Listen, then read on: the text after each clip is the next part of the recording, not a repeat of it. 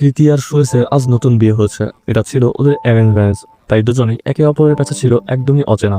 বাসর রাতে ওরা দুজনই একদম চুপচাপ বসে থাকে। তখন ও করে সুরেশ কৃতির সাথে প্রথমে কথা বলা শুরু করে। ও জিজ্ঞেস করে, তুমি কি ঠিক আছো নাকি?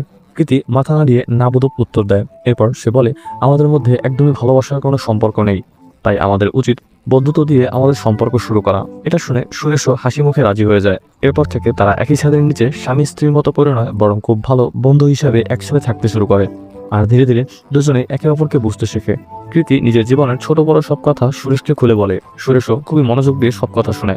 আর যখন কৃতি কষ্টে থাকে তখন সে তার পাশে থাকে, তাকে সান্ত্বনা দেয়। এভাবেই তাদের মধ্যে ঘনিষ্ঠতা বাড়তে থাকে। একদিন সুরেশের ফোনে মেঘনা নামে একটা মেয়ের কল আসে।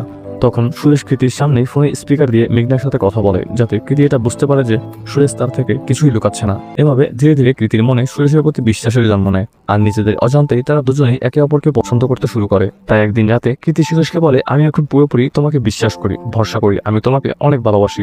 চলো আমরা দুজনে আবারও নিজেদের মতো করে একে অপরকে বিয়ে করে নেই।